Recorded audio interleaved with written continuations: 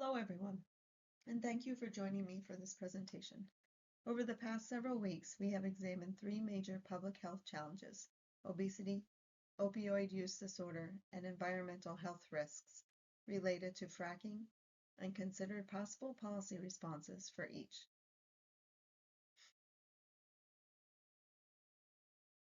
Today, I will identify which policy I believe deserves the strongest support. After weighing the outcomes and considering my experience as both Chief Operating Officer of a new 25-bed critical access hospital and as a medical administrator for an Air National Guard medical group, I have chosen to support a policy focused on expanding access to treatment for opioid use disorder. In this presentation, I'll explain three things: why I chose this policy, why I believe it's the best choice for healthcare clinicians, and what I consider the key selling point that makes it a top priority for advocacy and policy development.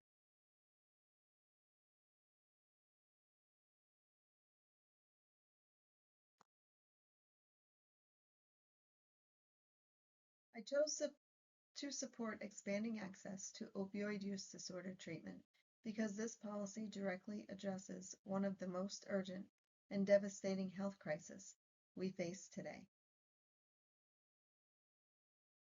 For me, this is not just a national statistic. It's something I've seen on the ground. In my role as a medical administrative officer in the Air National Guard, I've watched how rural communities like mine struggle to provide timely and effective treatment for addiction. Many patients must travel long distances to access medical assisted treatment, and some give up before they ever get help. In my administrative role, I have also seen how substance abuse can affect readiness and retention in the military workforce. What sets this policy apart is its achievability and impact. We've already have proven evidence-based tools to treat opioid use disorder, such as the two medications we're very well known for. We know these treatments save lives and reduce healthcare costs. The problem isn't a lack of medical science, it's a lack of access. By expanding treatment programs, removing unnecessary regulatory barriers, and improving funding for rural and underserved areas, this policy would deliver measurable improvements in patient outcomes. Ultimately, I chose this policy because it meets three critical tests. It saves lives, it's operationally feasible, and it produces a strong return on investment for our healthcare system and our communities.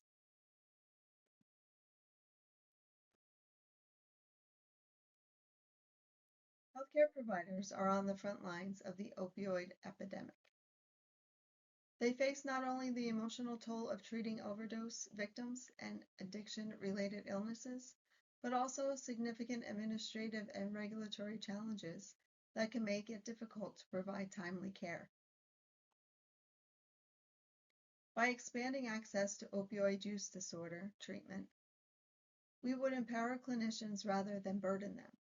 This policy would ensure providers are properly trained to prescribe medication-assisted treatment and have the institutional support to integrate it integrated into their practice. It would also reduce stigma and regulatory risk. Too often, clinicians feel discouraged from treating addiction due to fear of penalties or the perception that this work is too complex. Clear guidelines and supportive policies make it safer and easier to deliver care. And finally, this approach leads to fewer preventable ER visits and hospital readmissions. That means more manageable workloads for staff and better outcomes for patients. Instead of expecting clinicians to do more with less, this policy gives them the tools and institutional backing they need to succeed.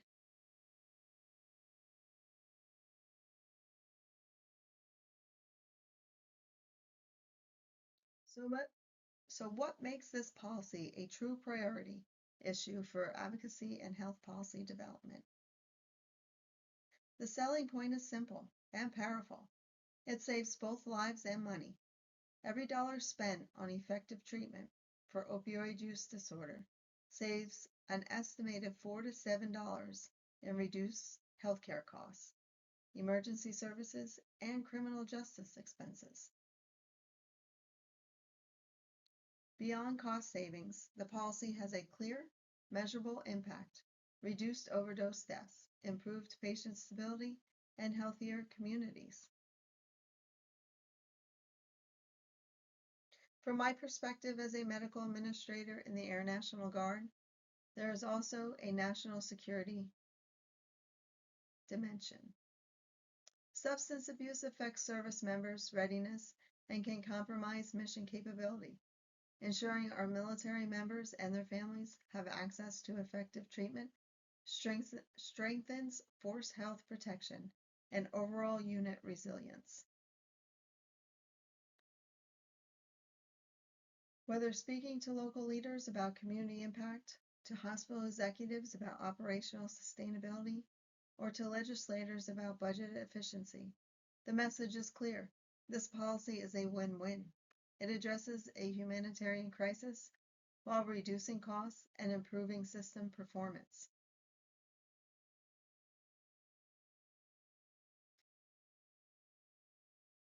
In summary, after considering the outcomes of all three proposed policies, addressing obesity, opioid use disorders, and environmental health risks, I believe expanding access to treatment for opioid use disorder is the best choice.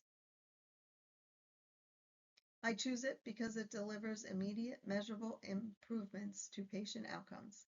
It gives clinicians the tools and support they need, and it offers a strong fiscal and social return on investment. The selling point is clear. This policy is both life-saving and cost-saving, making it a natural priority for advocacy and policy development.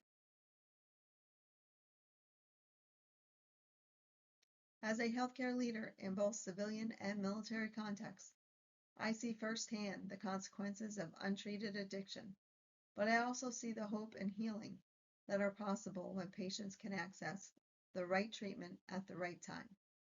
This policy represents a practical, evidence-based, and compassionate approach to one of our nation's most urgent health challenges.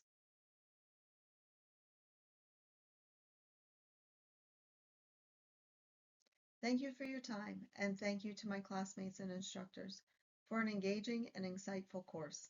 I've truly enjoyed learning alongside you and discussing how healthcare leadership can drive meaningful change.